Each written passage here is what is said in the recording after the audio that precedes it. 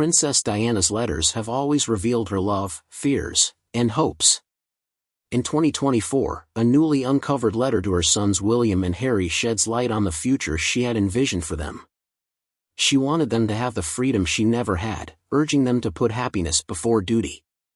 But why did this letter remain undisclosed for so long? What did it reveal about her struggles, and did her words predict the lives her sons would later choose? The intimate remarks that Princess Diana left behind have been the subject of decades of conjecture. Over the years, bits of a life cut short, letters, notes, and diary entries, have come to light again, providing insights into her hopes, concerns, and thoughts. However, a letter that was long believed to be lost has since surfaced, a very private letter addressed to her two sons, William and Harry, rather than to a friend, counselor, or member of the royal family. Furthermore, what it exposes may alter our preconceived notions about Diana's last year. The letter has been out of the public eye for more than 20 years. After being discovered in a private collection of Diana's private correspondence, experts were taken aback when it first appeared in 2024. This was not a casual communication between family members or a simple statement of affection. There was something much more important written in Diana's distinctive handwriting. The telegram conveyed the feelings of a mom who had already anticipated the struggle her kids would encounter. The public was never intended to see the letter. It now demands to be heard, though one must go back to the years when Diana first recognized that the future she desired for her children would not be easily achieved in order to comprehend the significance of this discovery. Her struggle to be involved in William and Harry's life grew more intense the minute her marriage to Prince Charles started to fall apart. Diana was aware that her status as a mother could be weakened once she was no longer the future king's wife and that the royal institution handled such issues in its own way. Diana was already getting ready for the prospect that the royal institution might restrict her role by the time her separation from Charles was declared in December 1992. Royal heirs' upbringing had long been governed by the monarchy, and history had demonstrated that duty frequently took precedence over personal preferences. Diana believed her influence would be overshadowed by the same forces that had affected generations of royal children. As William and Harry grew older, letters from this time period show her increasing uneasiness, and she confided in friends about her worries. One such letter, written in 1993, had a line that would seem almost prescient in retrospect. She wrote, "I live for my boys. I would be lost without them." It was more than just a declaration of love, it was a request, an admission of the strong emotional bond she had with her kids, and the worry that it would be broken. Diana made conscious decisions to give William and Harry a taste of life outside the royal walls. As her public presence grew, she took them to fast food restaurants, amusement parks, and other locations where they could meet people from beyond their royal circle. Instead of receiving private tutoring on the palace grounds, she demanded that they go to a public school. She made these choices carefully in order to make sure her sons knew about the world outside of royal formality. However, not everyone agreed with these decisions. For a very long time, the royal family had kept a distance from the general public, a formality that kept them apart from everyday life. Diana's strategy went against this custom, which made her popular with the general public but also caused friction inside the palace. Not everyone was at ease with her redefining what it meant to raise a future king and his younger brother. When Diana sat down for the now famous interview with the BBC's Panorama in 1995, the tension increased. It was a turning point in history. She talked openly in the interview about the demands of royal life, her internal family conflicts, and, most importantly, her worries about William and Harry's future. She stated, "I want them to understand people's emotions, people's insecurities, people's distress, hopes, and dreams of people." Although her remarks struck a chord with the general public, they were viewed as improper within the palace. Diana had evolved from a mother standing up for her kids to a woman publicly opposing the establishment. The ensuing months were tumultuous. When Diana's divorce from Charles was formalized by 1996, she no longer held the title of Her Royal Highness. Her place in the royal hierarchy had changed. Even though she was still the Princess of Wales and enjoyed considerable rights, her dedication to her sons, however, remained unshakable.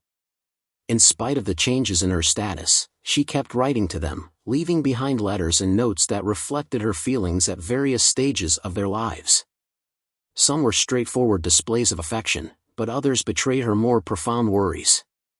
During William's time at Eton College, Diana wrote him a letter emphasizing the virtues of kindness and compassion, values she had always aspired to inculcate in both of her children. She added, "You are so loved, and I hope you never forget that. Taking care of others comes first." One of the numerous letters she left behind, however, would eventually stand out, an urgent final message that gave the impression Diana was aware of her limited time. After being believed to be lost for a long time, this letter was discovered in 2024.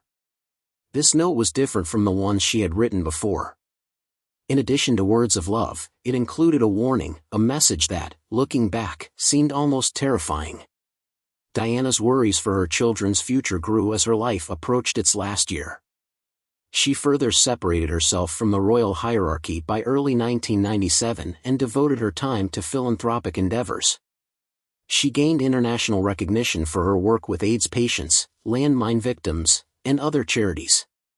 But behind the scenes, her main goal was to ensure that William and Harry would have a future free from the demands of the royal family. She had privately voiced concerns that her sons would eventually be subjected to the same circumstances that had smothered her. She was worried that Harry, the younger brother, would struggle to fit in and that William, the future king, would be stuck in a system that did not permit emotional freedom. She expressed this worry several times, and it started to appear frequently in her correspondence. These worries seemed to grow more pressing as the months went by. Later, friends and employees noticed that Diana had grown more watchful and conscious of the dynamics in her environment. She wrote about an increasing sense of discomfort in a letter, but she did not explain why. She wrote, "I have so much I want to say, but I'm not sure if I'll ever get the opportunity." Only later would the significance of those words become evident because Diana's life was about to take a catastrophic turn by the time summer arrived. Now more than ever, whatever message she had wanted to leave her sons was crucial. Diana's life had a sea change during the summer of 1997. She had finally left the formal obligations of royal life after her divorce was formalized the year before. However, she had also cut ties with the very organization that had previously offered a degree of security. In the process, Diana was free to follow her own path without being constrained by royal convention, but this freedom had costs. She was more vulnerable than ever to the years of unrelenting media attention. Since she was no longer protected by the security measures granted to senior royals, everywhere she went, photographers followed her, examining every facet of her life. Diana had been subjected to this degree of scrutiny for over 10 years, but now that she was free from the royal family's formal restrictions, she was essentially on her own. Diana maintained a strong commitment to her position as a mother. In spite of the demands, she made sure William and Harry had experiences outside of the palace gates by frequently appearing with them in public. However, she was also writing in private, leaving behind notes, letters, and messages that expressed her worries, her love for her kids, and her optimism for their future. Over the course of the summer, she traveled extensively and spent time with friends and family. Diana's correspondence seemed to take on a new urgency during this time. Although she had already written a great deal about the emotional toll that royal life had taken on her, there was now an undercurrent of worry in her writing that she had shared with her closest friends and family. She had taken a holiday with her friend Dodi Fayed in the south of France before the end of July. Newspapers speculated about her personal life during this time, and photographers followed her everywhere. The media coverage was unrelenting. Diana, who had fought against journalistic intrusion for a long time, was once again the target of intense scrutiny. She nevertheless kept in touch with her sons, who were spending the summer with the royal family in Scotland. She often sent them brief comments and reminders of how much she missed them in her frequent letters. Those close to her later disclosed these letters, which demonstrated the intimate relationship she had with William and Harry. She told them that she constantly thought about them wherever she was. During this time, one letter had the straightforward but moving words, "You are my world, and I will always love you." Diana frequently told her sons this kind of thing, but in the closing months of her life, it took on considerably more significance. Growing conjecture regarding Diana's future plans characterized the last weeks of her life. Some speculated that she was getting ready to expand her humanitarian work to a more international scale, while others thought she was poised to make a significant public statement regarding her relationship with the press. Diana spent some time on the French Riviera before arriving in Paris on the evening of August 30, 1997. One thing was clear: she was still thinking about her kids. Even though the events that followed would be the focus of countless analyses, Diana had called William and Harry that night before she left her hotel, a phone call that would be regarded as their final one. She reportedly spoke to them with the same warmth and affection she usually possessed and was in a good mood at the time. The call appeared to be routine. However, looking back, it turned out to be one of the night's most important moments because Diana's life would end tragically in a car accident at the Pont de l'Alma tunnel in Paris a few hours later. The globe fell into sadness as word of her death spread. Beyond the widespread sorrow, however, two little boys had suddenly lost their mother. After spending the summer apart from her, William and Harry would now have to face a world devoid of her. There was a profound sense of loss in the days that followed. However, there was another issue that would be asked by many in the years to come: had Diana left her sons anything? An epistolary note, a written declaration of her affection, a peek at what she had desired for them? She had already shared some of her opinions in previous letters, interviews, and remarks, but was there more? If so, why had it been kept a secret for so long? The grief was unbearable in the days after Diana's death. The world lamented the passing of a woman who had represented compassion, resiliency, and change in addition to being a princess. But the defeat was quite personal to William and Harry. The one person who had always put their happiness ahead of royal duty, their mother, was gone. They were just 12 and 15 years old when they were thrown into a realm of public grieving, where millions of people shared their sorrows, but their personal suffering was mostly kept quiet. How they were to deal with their loss was determined by the weight of royal expectations. Despite their grief, they were supposed to follow the monarchy's rules and remain calm as the world looked on. The attention on Diana's boys' coping mechanisms grew in the days preceding her funeral. Some pondered whether Diana had left them a parting letter, a note, or any other personal messages that they may save in her memory. Although no such letter was immediately made public, Diana's close friends and family were. Message that felt current, even if they were merely a reflection of the past. The monarchy kept changing, but the issues Diana had brought up decades before still persisted. What place does emotion have in a tradition-based organization?